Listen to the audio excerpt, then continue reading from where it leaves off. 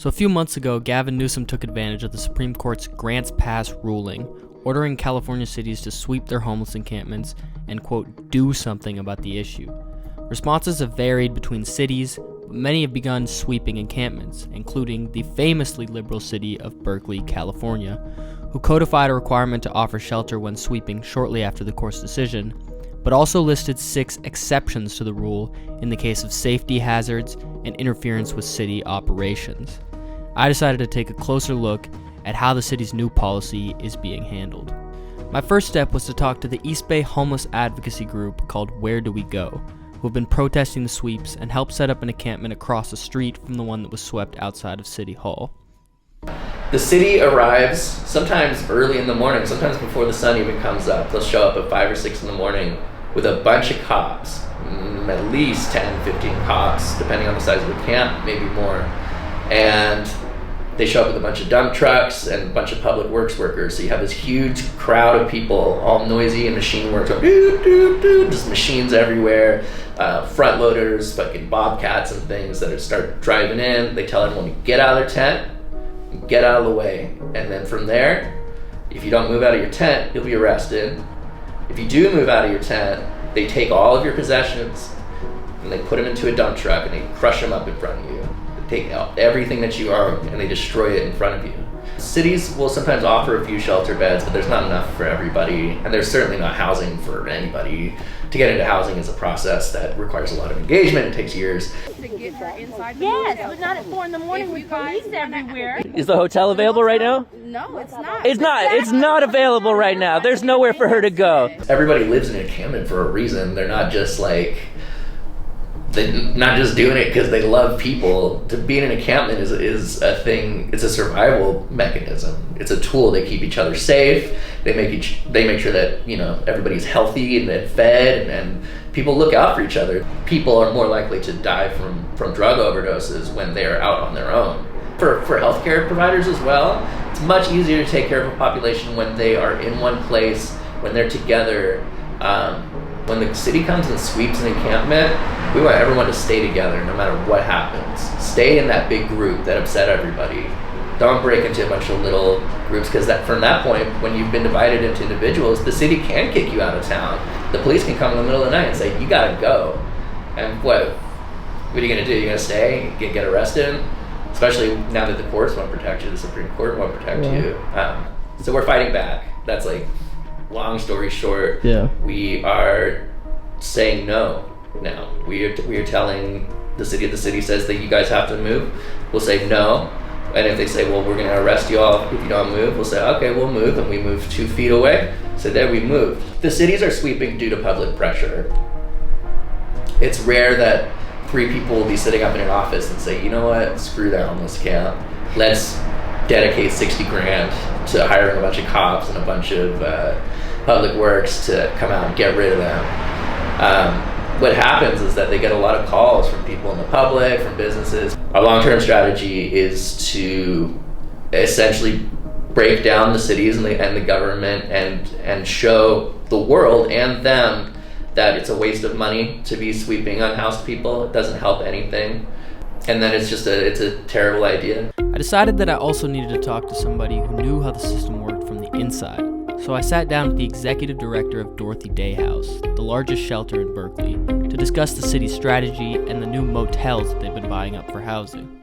A lot of the cities are using hotels or motels for their shelter programs. Berkeley is doing that as well.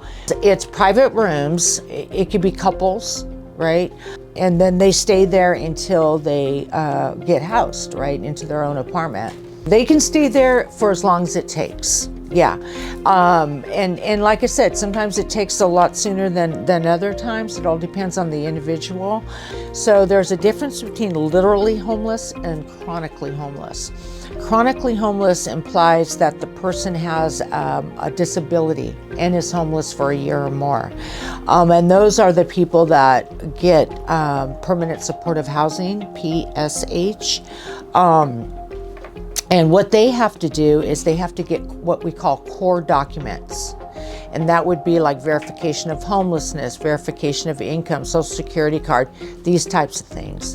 And it sounds pretty easy, you would think, but even to get an ID for somebody who's homeless or unsheltered is hard. It's hard for them. What we go by now is called Housing First. I know you've heard this. And what that says, basically, is that let's get people indoors first, so they don't have to worry about the weather and where they're gonna, if they're gonna be safe. And then we can look at their addiction, and we can look at the mental health and all those other things. Well, in my humble opinion, that only works if you're able to say to everybody, we have a space for you. Approximately, there was an estimated 1,200 people considered homeless living outside 2 years ago, right? Now the estimate is 800. So you could see that there is a lot of improvement and success. However, that being said, you're right. There's more people outside than there are beds. We have about 165 beds, but no, in our shelters. But then you have other shelters. Berkeley's 3 shelters have a little less than 400 beds in total, and with about half of that being non-congregate rooms, which are a process to get into, it's clear that there is not enough room to offer shelter to the vast majority of the people being swept. For the time being, Berkeley is laying off the encampment at Civic Center Park, but it has now turned its sights to the 8th and Harrison encampment, which activists say is the kind of center encampment for the homeless community in Berkeley, established by a group of ex-Marines. On January 7th, the city posted a notice that told residents to leave by February 10th before the scheduled sweep, declaring the encampment a safety hazard and a public nuisance. City officials declined an interview, but I went down to the encampment myself to talk to its residents. If you're going to if the city's going to sweep us, they should put us up in either motels or houses. Give us something. Do they have like shelter type of stuff for you, or do they offer? It's all packed. It's all packed? Me and my husband, we've been here for about almost a year. Okay. We are Boo-Boo, no. Hey. Stay, Boo-Boo. Boo-Boo, get your butt over here. Hey. We're from my cousin, a friend of ours over here on the other side. We're all from Ryden Road, which is in Richmond. We were a Ryden Road resident. The city of Richmond came in, swept us, took our property, took everything. They promised us that they were going to put us up in housing for a whole entire year. It wasn't even a year. Me and my husband, we were from Ryden Road. When they took our RV, they took our property. And that was out in Richmond? That was out in Richmond. And so then y'all moved here. And like, how often did new people kind of come in and circle through here? Every day. Yeah. Every day. Yeah. It's just like, they want us to move from one city to another city to another city to another city. No. I'm not going to do that. I'm not going to keep on moving. And are a lot of these people kind of like on waiting lists and stuff for housing, and just it never I got approved for housing, but I'm on the waiting list. And the waiting list is so damn long that, all I got to do is wait. Our community here, this is our family. We look after each other. Like I was telling my cousin the other day, I said, if we can just get the city of Berkeley to help us get into an empty lot to where that we wouldn't have no problems. Give us the electricity, the water, and the bathrooms. We'd be fine. We would have our little encampment. That's all we're asking for. If they can't get us into housing, so many empty lots that are around here, what are they doing with them? Nothing. Right. Just keeping them for storage. Right. Put us up in them. Let me see if Pat.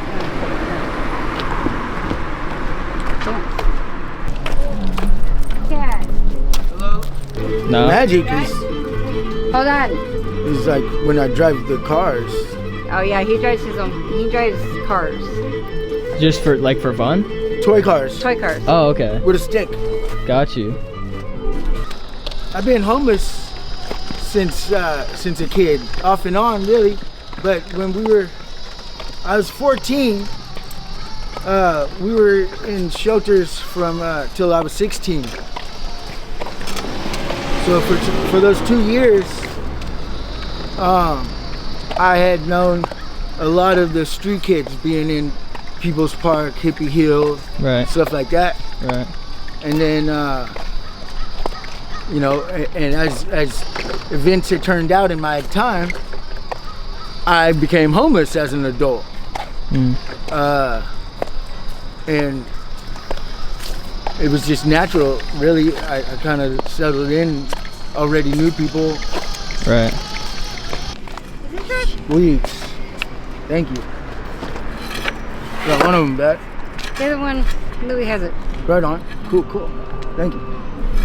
Like Zaki gave it to me. He goes, hold on to this.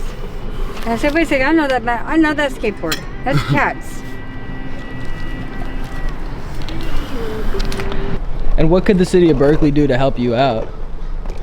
Just lay off or? Yeah. Basically, like, let me do my thing and acknowledge my lifestyle as an art form. I consider my encampment, what I do as an example of what it looks like. You know, I'm a part of this gentrification that happened, and a lot of things that are going on with the people going poor. I'm just a good example of it. When you don't have a house, right? I found that you hold everything that you have for home. You know, you put an attachment to everything you have. So when they come to take it or tell you to move, you kind of go for the last stand. You're gonna hold on to it as long as you can. You know, a lot of people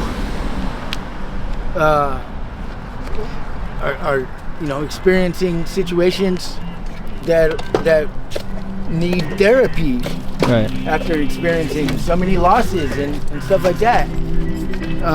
Like when our camps burn down and we lose a bunch of stuff that's hardships that people don't get a chance to they don't get a chance to work on. Right. They don't get a chance to work on those issues. As the homeless community travels, we like to get around a lot, and there's certain stopping points where people can come and everybody gathers and gets their resources, and friends are able to stop by and we can socialize together. So here we've got a camp that's community orientated, so everybody has somewhere to go and hang out. Yeah. Because just hanging out in your tent, and your tent is basically like your bed and everything. It's all right there, Yeah. So it's helpful to have a space where it's just a round table of friends. Right. Whether that round table be a dinner table in a household or a campfire in a tent. Yeah. So we've got the hovel.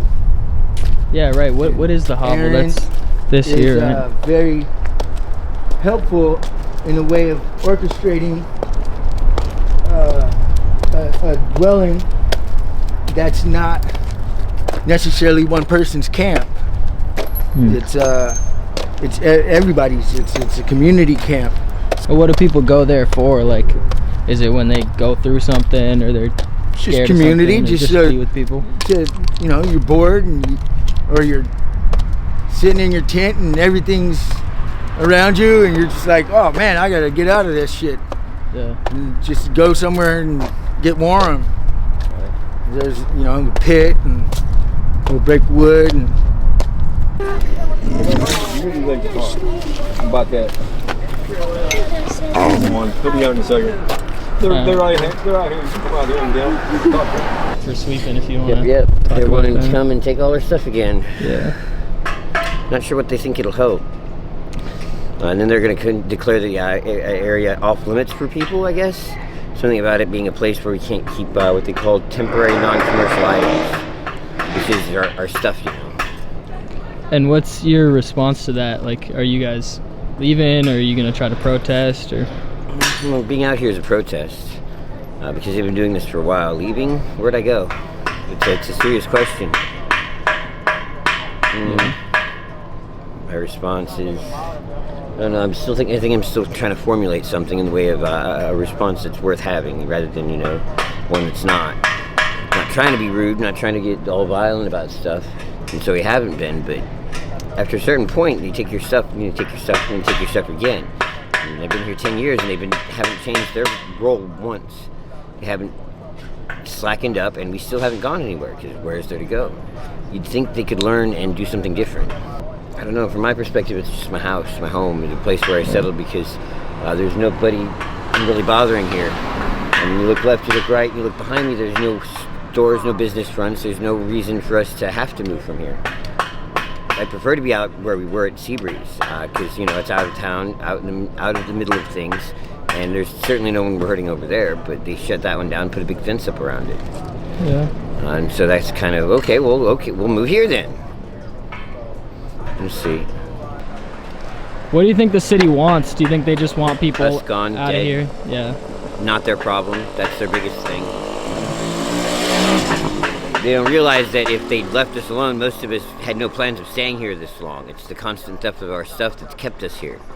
I make jewelry, and if I was left to my own devices, I can make good money, and I wouldn't be here anymore. But they kept taking my stuff, and they kept taking my stuff, and they took it again and again and again. And if you don't have the tools you use for your crafts, how are you supposed to do anything? How important is it, where do we go, is like really focus on keeping people together in the encampments? How important is that for people to be together, for people's safety? It's actually critical for their safety, for their mental health, because these are the people that you can count on. They're the ones that know you, your foibles, your and they can deal with you, right? Because not everybody gets along well together, and finding a group that you can cohabitate with, given the restrictions that are placed upon us by the city, it's incredibly important. Yeah. Are you all gonna stay here? Right now that's why we're going to this hearing, to see if we can fight it, to see if we can stay, because where are we all gonna go? Yeah. Honestly, where are we all gonna go? You guys kicked us out of Seabreeze. You guys kicked us out of People's Park. Where are we gonna go? Right. We have no place to go. Yeah. Some people don't even have a car to move their stuff. Some people don't have, family where they can go and stay with family. Where else are we gonna go? Just around the corner, next street, next city? What, is that what they want us to move? They want us to move to Albany, to Richmond, to El Cerrito, or to Oakland? No, we're not going to be moving. We want to stay right here. Yeah. And they're saying stuff is too dangerous here. That's why they're trying to sweep it. That's why we're cleaning up, so that way the city can see that, hey, you know what? They're cleaning up. There's no garbage out anywhere. We're getting there, slowly but surely. We're trying to get it all cleaned up before the 22nd, so that way when the city does come back out, they can see, and they can see that, hey, we're trying to make an effort. Yeah. We're cleaning all this shit up. On January 22nd, residents of this encampment will appeal the city's order to leave. By February 10th, what once was a home for many may be just another empty street.